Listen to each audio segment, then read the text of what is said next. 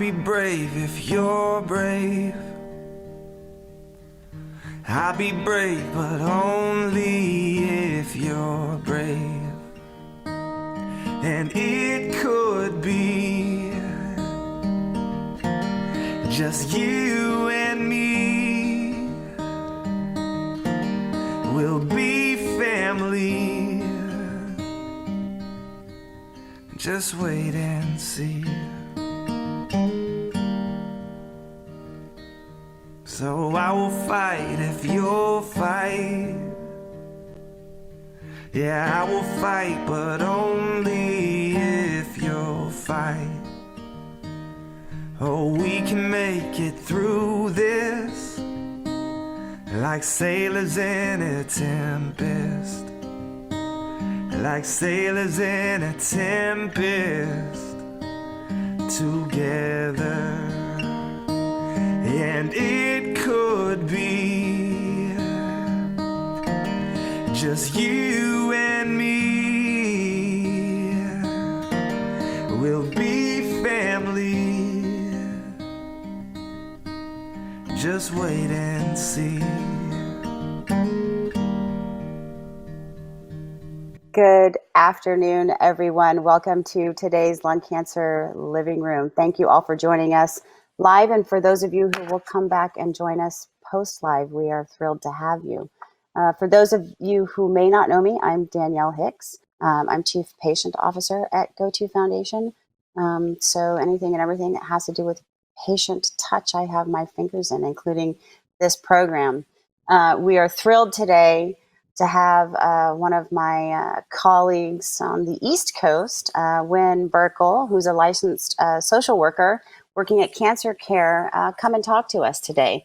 We're going to have a great conversation, I hope, around managing emotional well-being. I know for a lot of us, for a lot of you watching, having a conversation around managing those emotions with a lung cancer diagnosis and then putting, the state of our world today and those added stresses on top of it.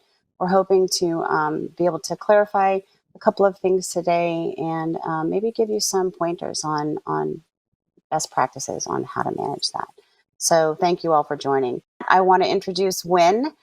Hi, Wynn. It's very nice to have you. I thought maybe you could tell us a little bit about yourself, what your role is at Cancer Care. I know you mentioned earlier you've been there for 25 years, which is a huge accomplishment.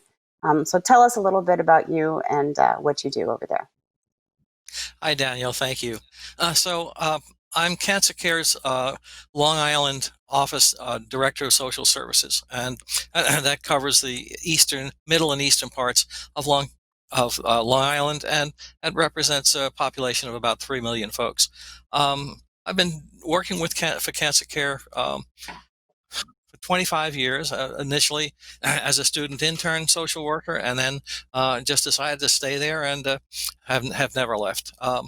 In the process, early on in my career, Cancer Care decided that we needed to place a larger emphasis on our serving lung cancer patients, since we serve all diagnoses. And I got involved because I was running a wonderful support group of lung cancer patients at that time in their Manhattan office. And when I transferred out to Long Island, I kept it going. So we've been running a lung cancer support group on Long Island for 24 years, and it's without interruption. So I'm always very pleased and proud of that. Thanks for that introduction, Wynn. We're going to talk, as I said, about emotional well-being, and I think, more importantly, how important it is to recognize when anxiety might be taking a front seat. So I'm going to jump right in and ask you to talk a little bit about some of the things that can affect our good emotional health as lung cancer patients, and then, address maybe some of the added stress that the virus may be having on patients. Keep in mind that anxiety comes when we are not familiar with the situation, and certainly none of us ever expect to be diagnosed with lung cancer. It's just going to happen to someone else, and all of a sudden we're told in that doctor's office that you have stage 4, stage 1, stage 3 lung cancer. Don't know what he's talking about. Can't imagine, okay, what he or she is talking about, because the roar of the words lung cancer are so loud in our ears. And that's a communications issue. Maybe we can talk a little bit more about that. But I also want to kind of share that one of the things that happens when you get that diagnosis is that almost immediately you're moved from the land of the well to the land of lung cancer. You're placed in the lung cancer box. All of a sudden, your whole stature is diminished, and you are anxiously thinking, well, how do I get out of this? What can I do? And also because oftentimes people are exposed to the stigma of lung cancer, it's a very, very hard place to move ourselves from. So it's important to not allow ourselves to be sealed or locked into that box. And we need to start thinking about ways that we move away from it. Because one of the things is that if we stay in that box, then lung cancer is going to be the only things in our conscious lives. And that's the last thing we want to do. We want to be able to have lung cancer as being a part of our life, but not the defining every minute part of our life.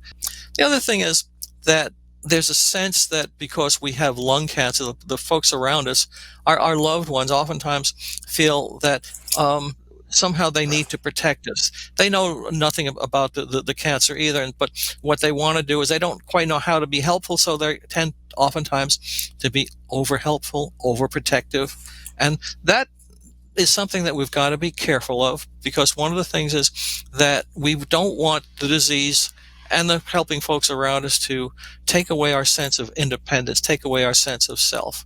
And oftentimes we'll find that family and friends will just want to do things for us. So it's something as simple as us getting up and getting a glass of water. All of a sudden someone appears with a glass of water in their hands. And well, that's nice. And sometimes we think, gee, this is pretty neat. I'm getting all this service. But that's when you have to say, whoa, I'm me. And if I can get up and get a glass of water, I want to make sure that I let other people know, thanks, but it's important that I can do things, and please let me do the things that I know I can do. I promise that I'll ask you when I need the help, but let me give it a try. And so when we do care, I do a wonderful caregivers group, and one of the things we try and tell them is that you've got to give your lung cancer patient, options. People need to be able to say yes or no. And so instead of showing up with that glass of water in their hand, to say, would you like to get a glass of water, or would you like me to get it? Notice that the first part of the option was, would you like to? So that we're giving the patient that sense of being a capable, independent person. Now, that's a very small example, but it's something that we ask caregivers to keep in mind, that we want our lung cancer patients to feel that they are much more than just a lung cancer patient. They haven't been changed. They have lung cancer, but they haven't been changed from being the personalities that they are. And that's very important, because loss of independence, loss of sense of self is a really heavy strain on our emotional well-being. We need to have that feeling about ourselves. The other thing to keep in mind is that when we come into this lung cancer world, it's a whole new world where we have to learn all of the communications pieces, because since we originally felt we were never going to get lung cancer, why would we have to know any of this stuff? But we have to know the language. What does metastasis mean? What does stage 1 mean? What's the difference between chemotherapy and immunotherapy? All these words and all of this. Some of it we're going to pick up, but it's very important when people use these words on us, to ask them, well, what does that mean? It's important to have that sense, because without an understanding of the words, again, that it makes us anxious. It certainly screws up our emotional well-being to feel that we're kind of out of the loop. And so it is very important to stop people and say, hey, stop. I don't understand what you're talking about. And so often when we're talking with our medical care teams, we tend to let them talk on and on, and we don't really know what they're talking about. So for those of you as old as I am, you may remember Peter Falk as Inspector Columbo, and keep in mind that he never lost the case because he always kept asking questions. He never felt embarrassed that he had to ask questions, and that's how he learned, and that's how he mastered, each and every one of his detective cases. So again, language and is probably one of the most important parts of maintaining our emotional health. Being able to talk, to understand, to interpret. The other piece that I want to bring up is that lung cancer is a very specific cancer, and it's important not to let people confuse your cancer, with things, so that oftentimes people who want to be helpful feel that they need to tell you about their Aunt Betty's colorectal cancer or Uncle John's prostate cancer. And what happens is that they will go into long details irrelevant to the subject of lung cancer, and think that they're being helpful, and they're not.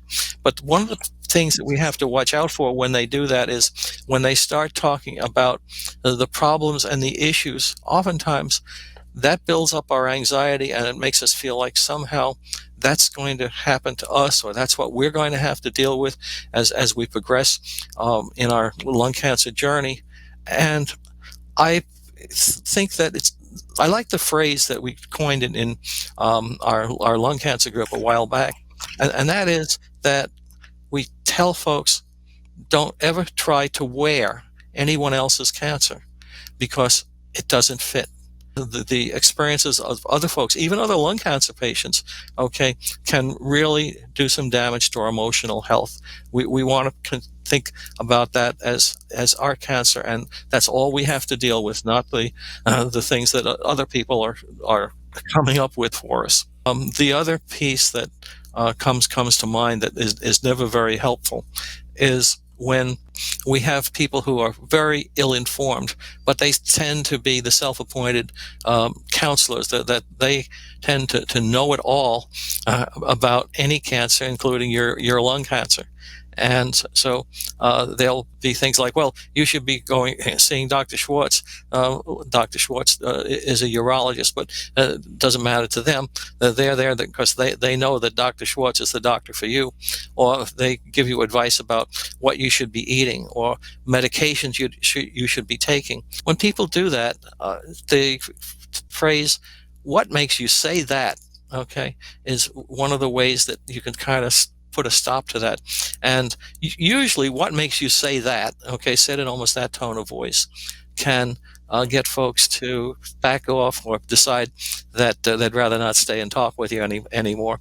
But if it doesn't work, and if they come back one more time, you need to use that same phrase again with more emphasis and sort of a look of total disbelief on your face.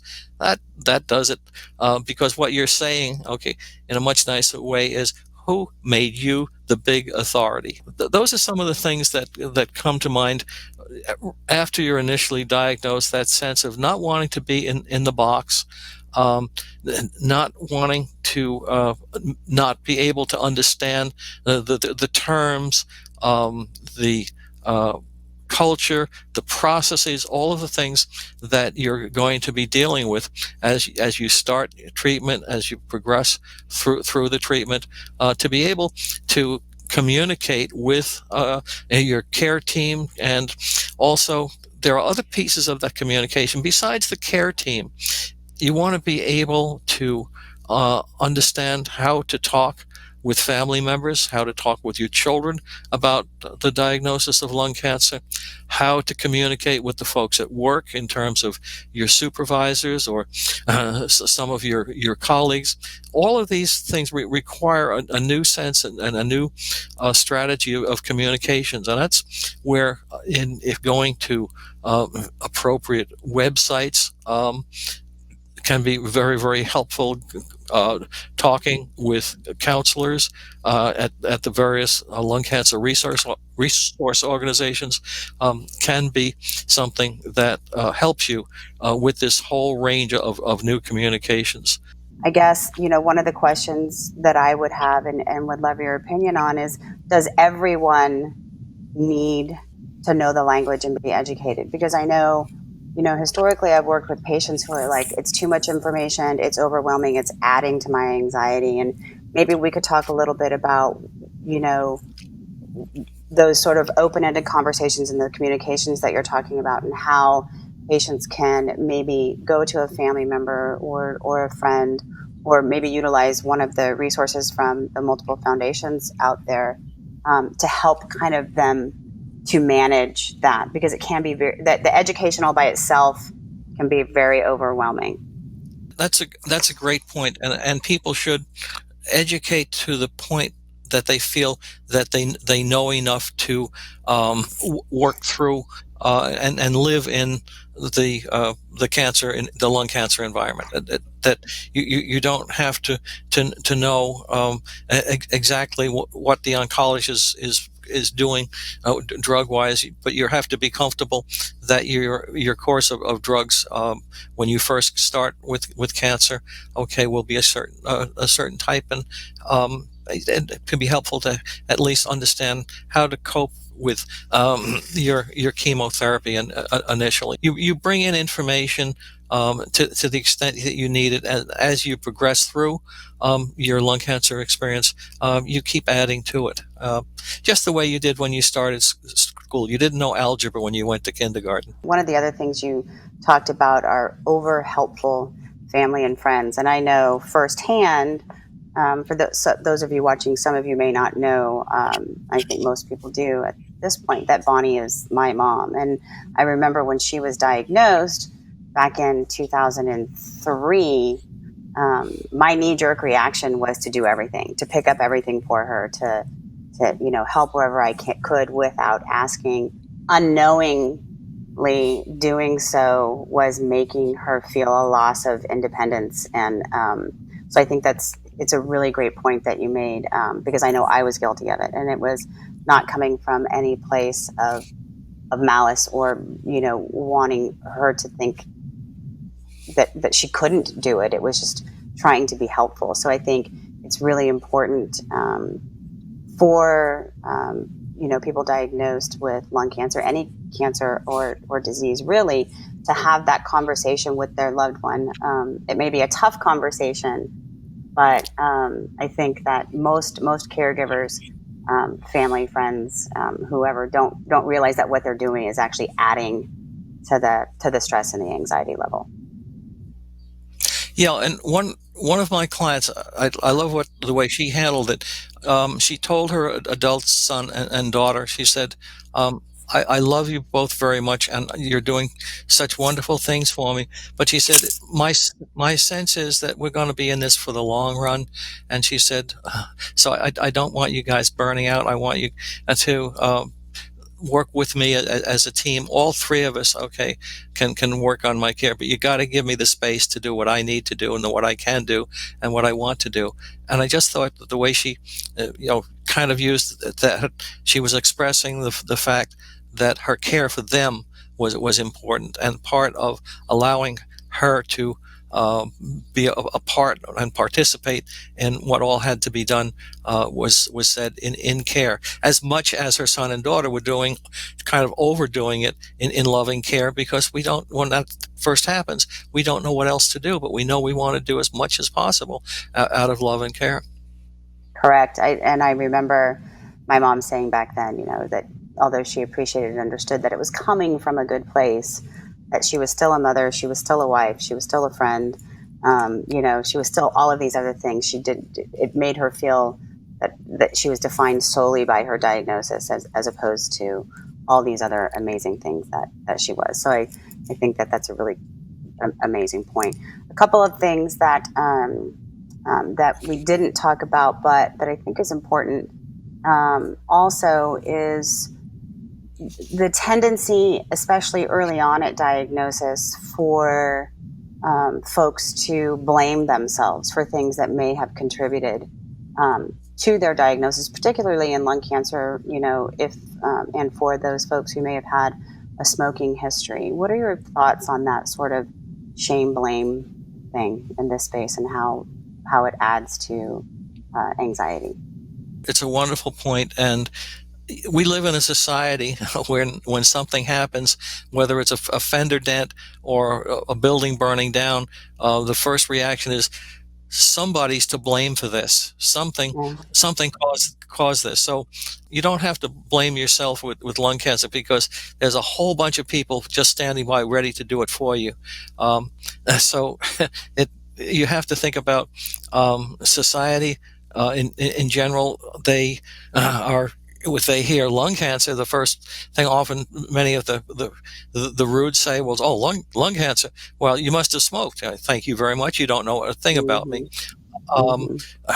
Other times, there'll be at the family level. Sometimes there will be, if you were a smoker, there's that thing that, well, if you'd really love me and stop smoking when I asked you, we wouldn't be in this financial disaster. And then there's the other piece of that self-blame, which you just mentioned, Danielle, where there's that sense of, well, I brought this on myself, so I'm not going to go to any big special cancer care. I'll just go to the local hospital, or maybe I'm just going to ignore this and do really stupid things. And so it's important to do the smart thing and to focus on today, and just remember that history is something that can't be changed, but what can be changed is today.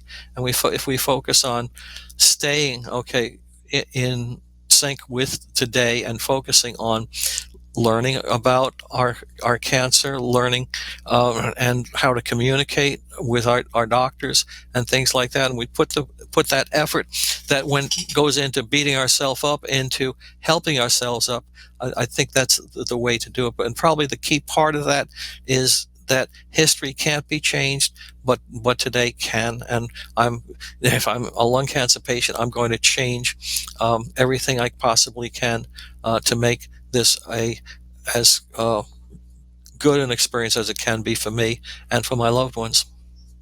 How important do you feel it is for folks to set new expectations based on their new situation versus trying to manage expectations from sort of a before cancer diagnosis or before lung cancer diagnosis?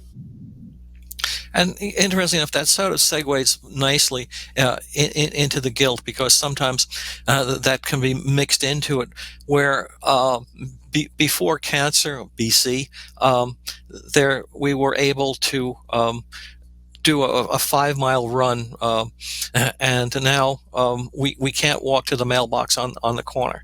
And so and yet we are so down on ourselves because we can't do that 5-mile run. We keep saying, well, I could do this and I could do that. Instead, what we really need to be doing to handle our emotional health is to set realistic expectations that reflect today's abilities. And so to be able to say, well, I walked beyond the mailbox. I got down to the firehouse further down the street, and I turned around and came back. Okay, we've just set ourselves a new expectation. Tomorrow, let's try the firehouse again. And at some point, maybe we can go a little bit beyond the firehouse. So it is important to set realistic expectations, because if we drag the expectations of before cancer into our lives, it's kind of like dragging a suitcase with a 200-pound anvil in it. We're just not going to have the emotional health. We're going to be continually down on ourselves, nagging ourselves, and criticizing ourselves for something that is so unrealistic. So self-expectations are a very important part of creating and maintaining a healthy emotional state. There's a tendency for a lot of us when bad things happen, but in particular for patients diagnosed with lung cancer, of creating and sort of imagining these worst case scenarios in your future, or even next week because of the diagnosis, and then maybe trying to solve them. But this generates these negative sort of automatic thoughts that, quite often maybe have no basis in fact, but are rather our own minds just unable to quiet down for a moment and kind of, going from that one thought to the next thought and generating that negativity. Can you talk a little bit about that? Yeah, I think you put it out two things that we really want to look at, and one is kind of creating the future and trying to solve it, and the other piece is the automatic thoughts. So first part of it is that in our lives we are awarded, applauded, and promoted, for being good planners, for thinking ahead, for creating the right budget in our business, or for putting together the perfect birthday party, or things like that. So it's our nature to plan ahead and to look ahead, and that works in almost every facet of life until you're dealing with cancer. And when you're dealing with cancer and you start to think of the future, and you'll have people saying, well, if I'm around, I'm not sure I'm going to be there, but I wonder, or saying, well, I'll probably be so sick that Janie won't be able to care for me. How are we going to do that? How we're going to afford that? And so we we create these kind of black fairy tales that have no basis in fact. We don't know what's going to happen or what's not going to happen out there in the future. We create them, and then we try to solve them. And what we're doing is we're wasting our psychological energy, the energy that we should be applying to today's problems. Today, we've got the facts for what's wrong with today and what needs to be fixed today and what we need to be doing. But instead, we're applying the energy that we need for that to these worst case scenarios. So it's easy for me to say, all you have to do is stay in the moment. And it's a difficult thing to do, to keep bringing yourself back to today when you're just out, casting out all of these terrible scenarios. And so it's important to stay in the moment. And sometimes if you have come up with some type of a mantra or something to remind yourself when you start to do that, it can be helpful. I had one fellow who I was seeing for individual counseling with lung cancer, and when he started to go out into the future like that, he had a small rubber band on his wrist and he would snap it. I said, well, doesn't that hurt? And he said, yeah. But he said, that's today's pain. And he said, that reminds me of today. I don't recommend rubber bands, but I'm just saying that that's what he did, because he did want to stay in today. The other thing that connects to that is that throughout our lives, we create independent thoughts, thoughts that sometimes are helpful thoughts, so that when we know that if we get too close to the radiator or the campfire, we feel the heat and we step back. It's an automatic thought that, hey, I need to be careful. And so those are helpful automatic thoughts. One of the things is, though, that when we're dealing in some type of a critical or crisis situation like lung cancer, we oftentimes create automatic thoughts that are negative. And so when we hear about a new treatment that might very well work for us, we say, well, nothing's worked so far. I'm not even going to ask the doctor about that. That sounds ridiculous. There's no point in my researching that. One of the things that we have to do is to create replacement thoughts, automatic thoughts that we can replace the negative ones. And so one of the things is that we need to say, well, so what supports that negative thought? And we think back, and the doctors never told us nothing is ever going to work, that you're a hopeless case. The doctors have said, well, your last chemotherapy was helpful in that you were stable and there was no disease regression, but it held off any disease progression. And so instead of your automatic thoughts that nothing's going to work for me, I'm never going to ask, when you hear the news of good treatment. The replacement thought would be, you know, that sounds interesting. I'm going to talk with the doc about that, because I'd be interested in that, if it is something that he or she thinks would be a good direction for me. So we just replaced that negative thought, nothing's going to work, to the thought, let's look into that. In talking with folks over, the last over a decade now, I always tell them, it's okay to have your moments. Expect you're going to have your moments, right? But living in them is where things get, even scarier than they already are, especially from an anxiety and mental health issue. And we know that, keeping your head in the game is a very large part of the battle. And to your point earlier, easier said than done, right? So developing these tools and having them in your toolbox, whether it's a mantra or a rubber band or a friend that you can call up with some sort of a buzzword saying, I'm in this space and I need your help to get me out of it. But really thinking through and understanding and recognizing that those times will come and being prepared for them when they come, I think is a really, really valid point. I like something you just said, which was giving yourself permission for something. Yeah. And one of the things that I frequently give my clients permission is it's okay to cry.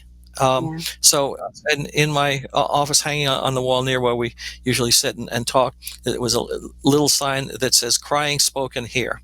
Okay, because we are in this a society that absolutely falls apart the minute they see a tear or see us crying, and they rush over to tell us, "Don't cry, everything's going to be fine. Stop crying." And crying, in many ways, can be therapeutic, in that it allows us to put feelings so strong that we can't put them into words, into still expressing them. And in doing so, at some point we stop, we take a deep breath, maybe we blow our nose, and we feel that whatever it was that was making us so anxious that we were crying has at least temporarily been lifted from our shoulders. And that's so important. There's something that I call contract crying, in that you're in a staff meeting with the boss and all the top brass, and you're thinking of something that the doctor has said yesterday, and you realize that you want to burst into tears. And if you can, what you do is you make a contract with yourself and say that at 7 o'clock tonight, okay, well, when I'm home, I'm going to go downstairs into the rec room, lock the door, okay, and I'm going to have that good cry. Right. And because they've just done something about that feeling, and the thing is, if you make that contract, you better live up to it. You better not have that 7 o'clock cry. But I've had a few people who've been in business who have come back to me and said, thank you, because that has really helped. I've been much less anxious about that happening at work, and I'm still able to express those feelings. So again, whatever you want to call it, but it can be very helpful, and crying can be helpful. There's a social work tool called partializing. And usually when we're anxious, it's because there's more than one thing, okay, that is causing that anxiety stress.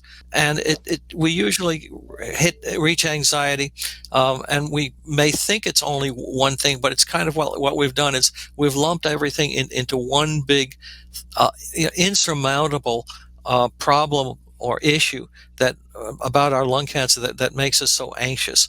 Sometimes I think it's helpful to grab a pad and a pencil and just sit down and write all of the things that are giving me this feeling of being anxious. And once I've listed them and put them out there, I say, okay, now what's the thing that's the biggest piece of my anxiety? Let me focus just on that.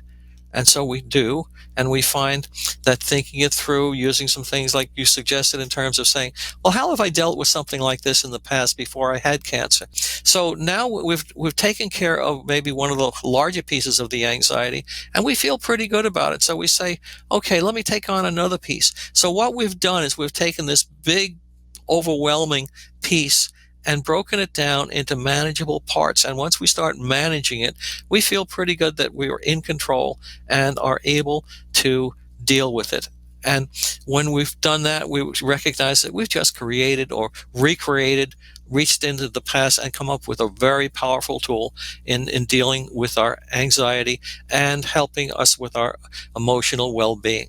I want to discuss, to some degree, how the recent COVID-19 pandemic has added some anxiety and stress, on top of lung cancer patients already, high level of anxiety and stress depending upon where they are in their cancer journey. Have you talked to patients about this? How are they managing? And, especially in a time when people are sheltering in place and maybe not allowed out of their homes to go to their coping space, whether it's to walk on a trail or sit on a beach or have a cup of coffee with a friend. Yeah, it has made things so much more difficult in terms of maintaining a healthy balance emotionally. So one of the things that I run into oftentimes in talking with clients is that they say, "Oh, all I really want is a hug, okay, from my granddaughter." We are a touching population, and we soothe, we care for each other, and we provide the solace oftentimes through touch, through a hug, as well as physical presence. Clients say that I am so tired of interacting with my beautiful grandchildren on Zoom. It's helpful, but it's not having the grandchildren there talking in their usual and normal voices, or watching them play in your living room and just so happy that they could come over for this afternoon. So that's been one of the things of staying in place that has made much more difficult to maintain emotional well-being. The other piece is that you go for your appointment, and it used to be wonderful to go for your appointment and have a very good friend or a spouse or a family member go with you. And we at Cancer Care always encourage people to have that second set of ears go and talk with the physician. And of course now they're not allowed to come into the building with you, and you sit alone in the waiting room before you talk with your doctor. And one of the other pieces was that when they came in with you, they would listen to the doctor. You would ask questions. Maybe they would ask a question. And after it was over, okay, you and whoever came with you for the appointment, we encouraged you to either sit down right away in the waiting room or go out to the car. Do not turn on the ignition, but sit and recreate all that you heard. So, if you were in the military, it would be called a debriefing, where you would put together what everyone has heard and come up with an overall summary of the important information.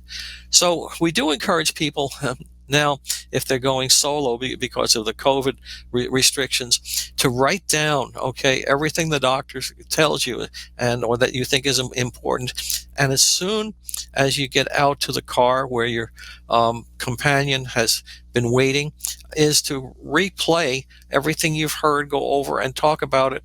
And as Danielle has been talking throughout today's session, how important it is to have other people to talk with, because if we keep information inside us, if we keep things inside us, it doesn't do much good there. We need to talk. We need to talk about what we've heard. We need to talk about what we've experienced to others. That's why support groups are so important, because we have people who come and listen attentively. And what that has been taken away from us to some extent. And so to overcome it, we have to be able to do more talking to people who are important listeners for us. And we all have important listeners. And we need to keep that important and be able to thank them and express our gratitude for them to being around us and listening.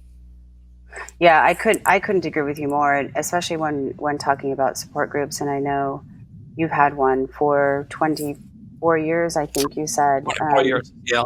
Yeah, going on, which is incredible. And the living room's been going all along for about 11 years now. And I think one of the things that was so important to us when we were setting this up was for patients to be able to be with one another and to be able to have a conversation with someone who gets it, right? Someone who may not be on the same therapy, but especially from an anxiety level, right? Or from a frustration level because their spouse or their kid or somebody won't stop getting the water. You know what I mean?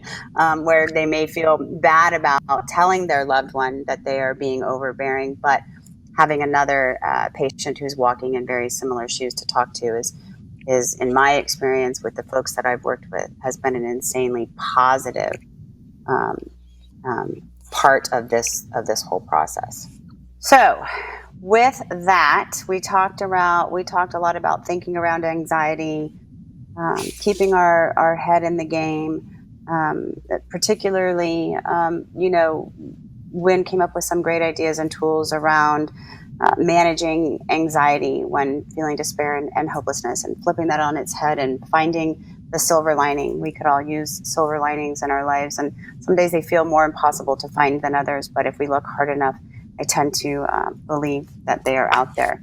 We did get a question online where folks are asking, and or maybe they're just giving some more tools and tips around journaling or maybe even art therapy, and being able to express yourself in that sort of a way. Wynn, do you have any experience with the folks you've worked with doing that sort of mindful therapy? Yes, I encourage almost everyone I talk with. Not everyone picks up on it. The importance of journaling. Usually, they will be making a comment about how helpful it is to be able to come in and talk on a weekly or biweekly basis. And I tell them, well, one of the things is I can't be with you 24/7, and it's so important when you talk is you hear, okay, what you've been carrying around, and you hear yourself say it, and when it comes out, okay, it's not quite as big or quite as scary. And I said the same thing is going to happen when you use your journal, and when you see it written down there, it's out of you, it's no longer in you, and it's not quite as big as scary when you're looking at it down there on paper. Similarly, art therapy is another wonderful way, whatever type of art you're working with, to express these inner feelings and being able to put them out. I like art therapy because in many ways, it's not only expressing the idea, but you're using your body, okay, to move and create, whether it's sculpture or painting or quilting or anything else. It's kind of using an extra part of our whole neural system as part of the expression. I think that's great. I think it's a wonderful way to get it and put it out. So I appreciate you bringing it up, because I am a real journaling fan, but I also have learned from so many of my clients how many other things there are out there that can be used to express rather than carry these really anxious moments and thoughts around with us. Yeah, I couldn't agree more. And, whether that's something that you do for yourself on a personal level, I know I work with, or I am friends actually with a patient out on the East Coast, and she's very big on her art therapy and sharing it through social media. She's got a very tight, community of lung cancer family, as we call it, and she always does such beautiful work, and her expressions, I think, and her willingness to share some of that with the lung cancer community, I know, is very welcome. So for those who are comfortable sharing, of course, nobody has to. It's been a really big eye opener for me to see not only the work that she's done, but how the community is responding to it. And conversely, somebody out here in California who does journaling and poetry around sort of some of these feelings, and then shares them with with the lung cancer community, and that's always a very welcome, a very welcome gesture for those who are willing to share.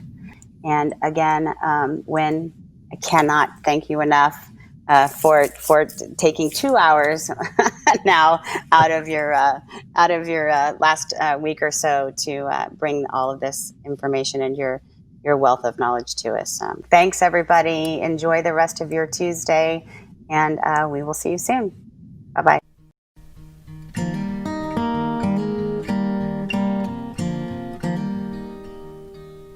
Oh, I'll be brave if you're brave. I'll be brave, but only if you're brave. And it could be just you and me. We'll be family. Just wait and see. So I will fight if you'll fight. Yeah, I will fight, but only if you'll fight. Oh, we can make it through this like sailors in a tempest. Like sailors in a tempest together. And it could be just you and me. We'll be family. Just wait and see.